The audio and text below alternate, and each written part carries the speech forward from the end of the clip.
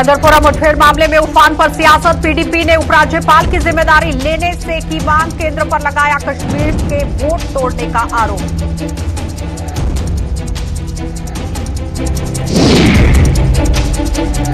प्रदेश Congress committee ने फिर किया बड़ा दावा। मीर बोले कृषि कानून वापस लेने को मजबूर हुआ केंद्र। राज्य का दर्जा लौटाने पर भी होगा बाध्य।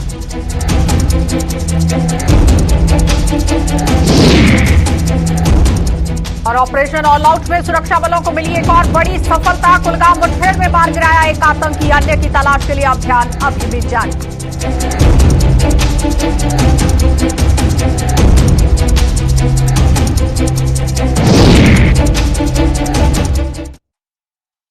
नमस्कार, बुलेटिन में आपका स्वागत है। मैं हूं आपके साथ आशा सरमाल। चलिए शुरुआत करते हैं बुलेटिन की।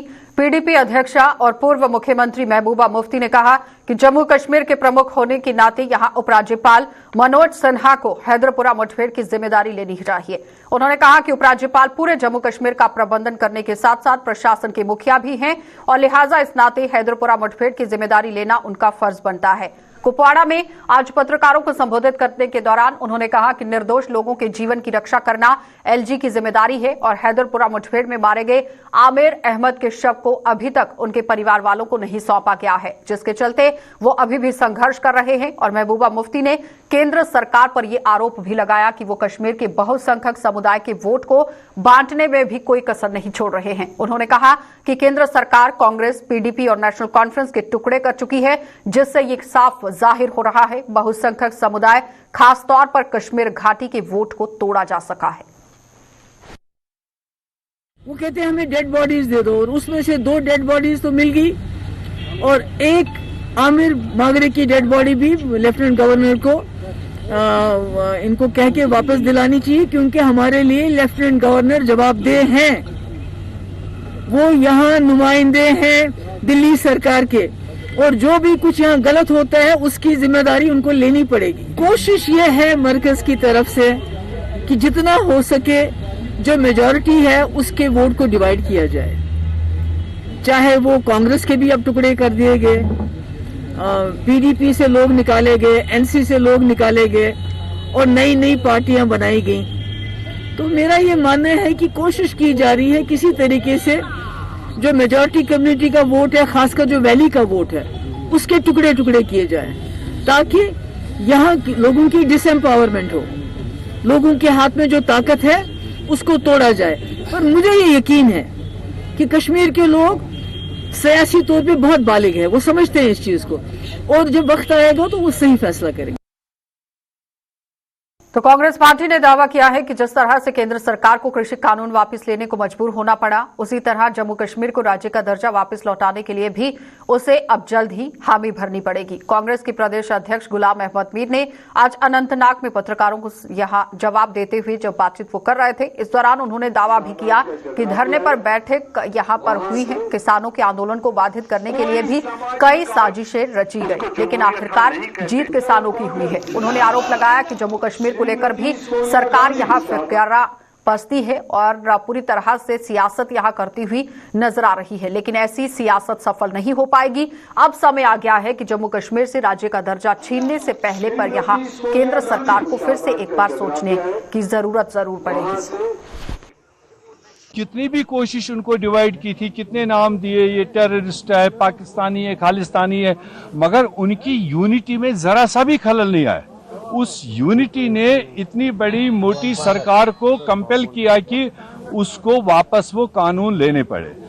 जम्मू कश्मीर के बारे में भी उनकी यही पॉलिसी है, कभी जम्मू को कश्मीर के साथ लड़ाना, कश्मीर को दूसरे खिते के साथ लड़ाना, फिर आपस में फिरकाबंदी करना, पॉलिटिकल पार्टीज में आपस में डिवाइड करना। जरूरी नहीं है कि लोग धरना प्रदर्शन करें, जरूरी नहीं लोग आज लाठी चलाए, मगर जो 1 करोड़ 30 लाख लोग एक सदमे में हैं, कठुआ से लेकर कुपवाड़ा तक, सिर्फ इस बात के लिए कि हमने कौन से गुनाह किए थे, हमारा स्टेट बाइफरकेट किया, हमारा स्टेट वापस दो। ये डोगरा स्टेट थी, पूरी दुनिया में मानी जाती थी, राजा महाराजाओं की बनाई हुई ये सबसे बड़ी स्टेट थी, और क्या गुनाह किया था उन्होंने कि आपने वो नाम निशान मिटा दिया। इसलिए जब हम सब लोग एक चीज के लिए फिलहाल अवामुल नास 1 करोड़ 30 लाख लोग उस बात के लिए तैयार है, ये आवाज पहुंच रही है दिल्ली तक, जिन्होंने ये गैर कानूनी तरीके से, गैर जमहूरी तरीके से फैसले लिए, और अब वक्त आया है कि उनको इन सारी चीजों को रिविजिट करना पड़ेगा। तो दक्षिण कश्मीर के जिला कुलगाम के अशमुजी इलाके में आतंकवादियों और सुरक्षा बलों के बीच हुई मुठभेड़ में आज एक आतंकवादी मार गिराया गया है और मुठभेड़ की शुरुआत में ही सुरक्षा बलों ने एक आतंकी को मारकर ढेर कर दिया, जिसकी पहचान हिजबुल मुजाहिदीन के जिला कमांडर मुदस्सर अहमद बागे के रूप में की गई, जो 2018 के आतंकवाद में यहां सक्रिय था।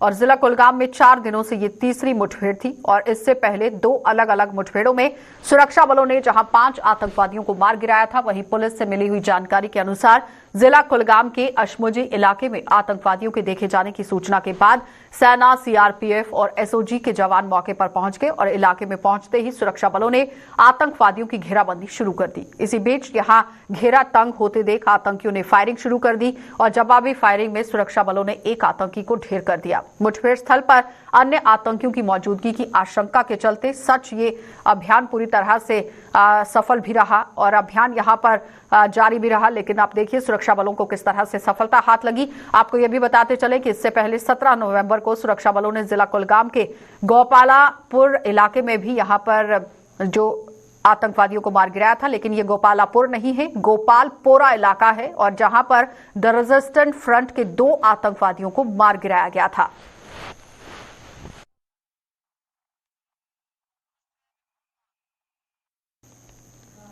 तो रियासी स्थित सलाल पावर स्टेशन की कमिश्निंग के आज 34 साल पूरे होने जा रहे हैं और आज ही के दिन यहां पर आजादी का अमृत महोत्सव के तहत सलाल आइकॉनिक दिवस के रूप में भी मनाया गया। इस संबंध में वहां आयोजित एक कार्यक्रम के दौरान एनएचपीसी के भी अधिकारी और सलाल पावर स्टेशन के स्टाफ व आम लोगों ने बढ़ चढ़कर भाग लिया और रियासी से यहां डीसी चेयरमैन और उनके साथ ही यहां जो डीडीसी चेयरमैन हैं सराफ सिंह नाग, वो भी मौके पर बतौर अतिथि मौजूद रहे और शिरकत उन्होंने की, जिनका सलाल पावर स्टेशन के प्रमुख एन राम ने स्वागत किया। कार्यक्रम के दौरान सलाल पावर स्टेशन पर एक लघु फिल्म भी रिलीज की गई।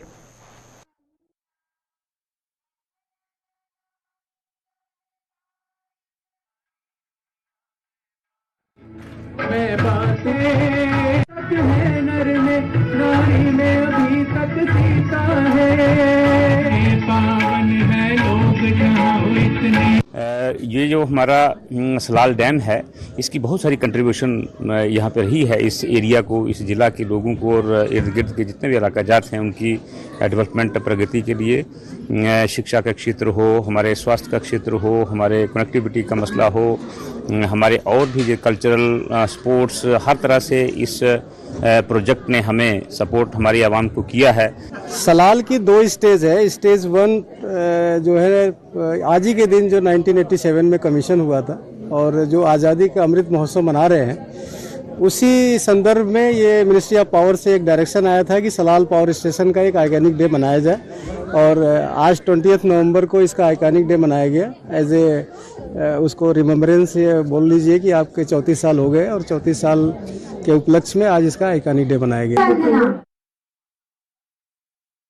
तो जिला उधमपुर के वसंतगढ़ पुलिस थाने को देश के सर्वश्रेष्ठ 10 थानों में शुमार किए जाने पर जहां उधमपुर के साथ साथ जम्मू कश्मीर का भी गौरव बढ़ा है, तो ये गौरव मिलने पर इस थाने में तैनात स्टाफ के साथ साथ बसंतगढ़ के लोगों की खुशी भी यहां फूले नहीं समा रही है। आज लोगों के साथ साथ जनप्रतिनिधियों ने भी थाने में स्टाफ की जमकर सराहना करते हुए बसंतगढ़ को ये गौरव प्रदान करने पर केंद्रीय गृह मंत्रालय का आभार जताया। आपको ये भी बताएं कि यहां बसंतगढ़ पुलिस थाने के कभी भी कोई भी फरियादी खाली हाथ नहीं लौटता है।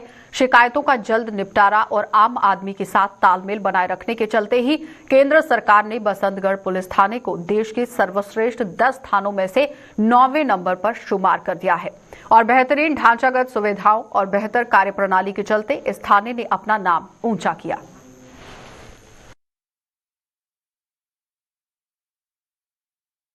ये हमारे लिए बड़े गर्व की बात है, बड़े फक्र की बात है। खासतौर पर जो पुलिस स्टेशन बसंतगढ़ के एसएचओ पुष्पिंदर सिंह जी हैं और उनकी पूरी टीम को मैं मुबारकबाद देता हूं और पूरा बसंतगढ़ की आवाम मुबारक की हकदार है कि इकलौता पुलिस स्टेशन, इतना दूर दराज का ये इलाका है हमारा और पूरे जम्मू कश्मीर से सिर्फ बसंतगढ़ पुलिस स्टेशन का चुनाव होना, ये एक बहुत बड़ी बात है पूरी अवाम बसंतगढ़ के लिए। मैं सभी से यही, क्योंकि जिस तरीके से पुलिस स्टेशन बसंतगढ़ की पूरी टीम ने SHO बसंतगढ़ पुष्पिंदर सिंह जी की सदारत में काम किया है, पब्लिक से जिस तरीके से उनका मेल जोल है वो बड़ा ही एक सराहनीय है। और मैं मीडिया के माध्यम से एक बार सभी पुलिस स्टेशन या पुलिस के जितने भी आला अधिकारी हैं सभी से मैं अपील करना चाहूंगा कि ऐसे ही काम सभी करें ताकि जनता का विश्वास पुलिस में बना रहे। धन्यवाद।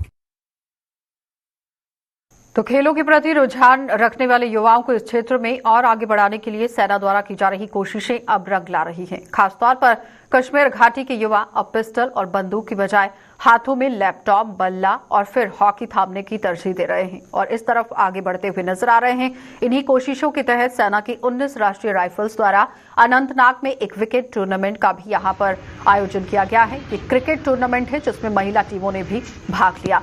महिला वर्ग में आज फाइनल मुकाबला बड़गाम अनंतनाग की टीमों के बीच हुआ, जिसमें अनंतनाग की टीम विजयी रही। खिलाड़ियों ने इस टूर्नामेंट के आयोजन के लिए सेना का आभार जताया।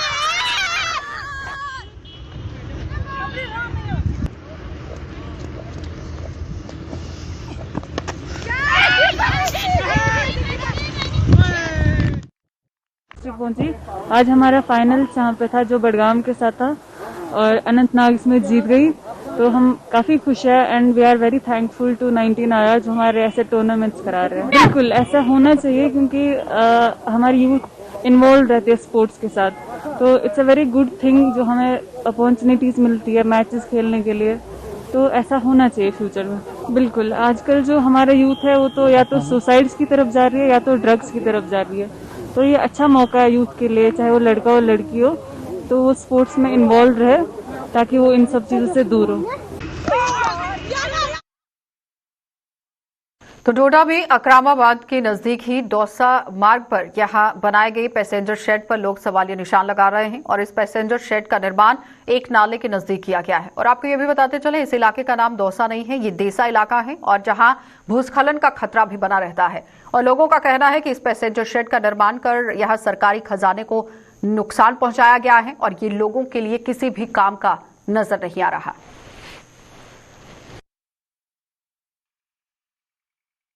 पैसेंजर शेड बनाया गया है। आप मेरे पीछे देख सकते हैं कि यहाँ पर जो है एक नाला है जो एक फ्लड प्रोन एरिया है, दूसरा यहाँ पर लैंडस्लाइडिंग का भी खतरा रहता है और तीसरी बात जो कहना चाहूंगा, ये जो यहाँ पर पीछे पीडीडी डिपार्टमेंट का जहाँ पर ये पोल्स वगैरह रखे गए हैं, तारे ऊपर से हैं, यहाँ पर जो शॉक लगने का भी खतरा पैसेंजर को हो सकता है। चौथी बात जो है, यहाँ पर पंप हुआ करता था एक, और इस पंप को बंद किया गया और यहाँ पर ये पैसेंजर शेड बनाया गया जो एक बहुत मिसयूज किया गया है। हम ये जो गवर्नमेंट का पैसा है इसका बहुत ज्यादा मिसयूज किया गया। पिछली बार डोडा में जो बारिशें हुई थी यहीं से वो शुरुआत हुई थी, यहीं से पानी जो है बहना शुरू हो गया। तो पंच के मोबाइल मजिस्ट्रेट के दिशा निर्देश पर ट्रैफिक पुलिस ने एक बार फिर से यहां सुरनकोट में जगह जगह पर नाके लगाकर यातायात नियमों का उल्लंघन करने वालों पर नकेल कस ली है। इन नाकों पर यातायात के विभिन्न नियमों को तोड़ने वालों के चालान काटे गए और भविष्य में उनसे ऐसा न करने की अपील की गई।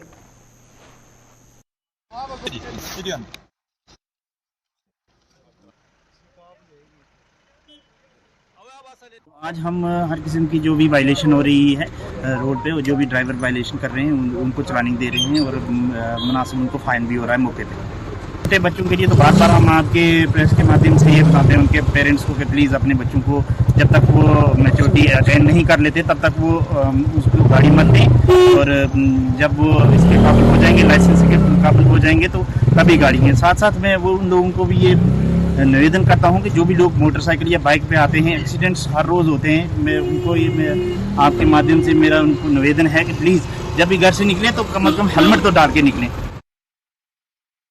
जम्मू रेलवे स्टेशन पर आज एक शख्स की संदिग्ध परिस्थितियों में ट्रेन से कटकर मौत हो गई है। मृतक की पहचान उसकी जेब से मिले हुए आधार कार्ड के मुताबिक बजरंगलाल निवासी बीकानेर राजस्थान के रूप में की गई और जम्मू से जोधपुर की ओर यहां पर ये ट्रेन जा रही थी। और वहीं पर आपको ये बताते चले, लगातार आप देखिए कि उसके शव का पोस्टमार्टम भी यहां पर किया गया है और जीएमसी अस्पताल इसे पहुंचाया गया और पुलिस ने पूरी तरह से मामला दर्ज कर तहकीकात शुरू कर दी है।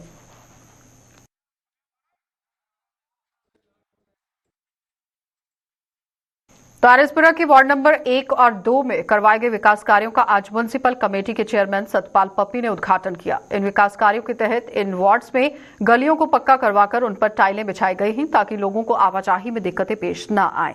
इन विकास कार्यों के उद्घाटन के मौके पर दोनों वार्ड्स के सभासद भी मौजूद रहे। भारत माता की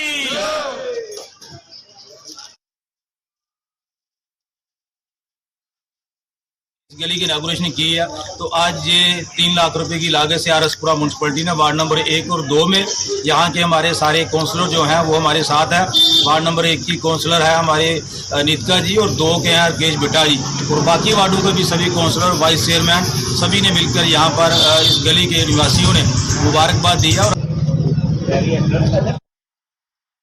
तो कांग्रेस पार्टी ने 3 कृषि कानूनों को वापस लिए जाने के फैसले को लेकर केंद्र सरकार की हार और किसानों व मजदूरों की जीत करार दे दिया और देश भर के साथ साथ जम्मू में भी आज कांग्रेस ने किसान विजय दिवस मनाते हुए केंद्र की भाजपा सरकार पर कई आरोप लगा दिए। प्रदेश कांग्रेस के नेता योगेश साहनी का इस पूरे मामले पर क्या कुछ कहना था, देखिए। आज उन शहीद किसानों की जीत का दिन है।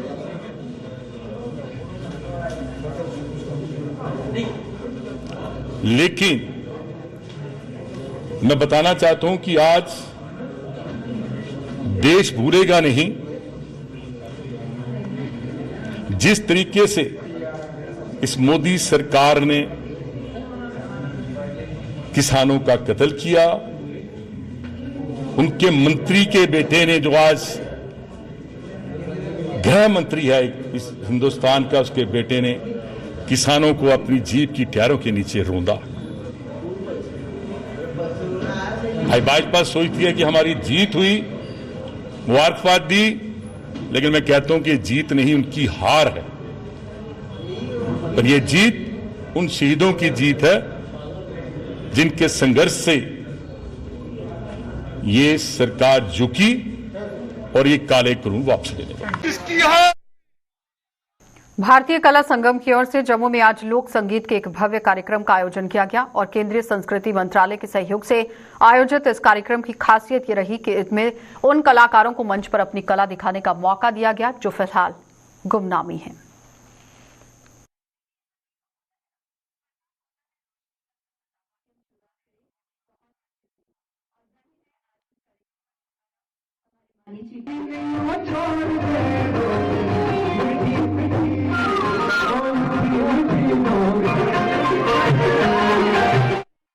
भारतीय कला संगम की तरफ से आज का ये कार्यक्रम फोक म्यूजिक का प्रस्तुत किया जा रहा है, जिसको सपोर्टेड किया है ministry of culture, government of India, new Delhi ने। भारतीय कला संगम का ये प्रयास रहा है कि हम जितने ज़्यादा से ज़्यादा प्रोग्राम जो फोक म्यूजिक के करवाएं, क्योंकि जम्मू में टैलेंट की कोई कमी नहीं है, उसको उभारने की ज़रूरत है। तो हमारा ये प्रयास रहेगा कि जो भी फोक म्यूजिक के प्रोग्राम होंगे वो हम ज़्यादा से ज़्यादा करवाएंगे। तो ये जो कार्यक्रम है, आज का कार्यक्रम जो है, ये भी फोक म्यूजिक के ऊपर आधारित है।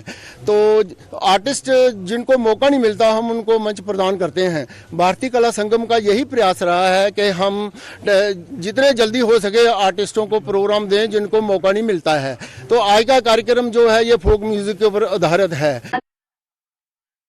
तो Jammu Kashmir electrical engineering graduate association ने उसकी देरीना मांगों को लेकर करने के लिए पूरी तरह से पीडीडी के प्रमुख सचिव रोहित कंसल का भी आभार जताया है कि उनकी जितनी भी मांगे हैं उन्हें मानने के लिए काम किया जाए।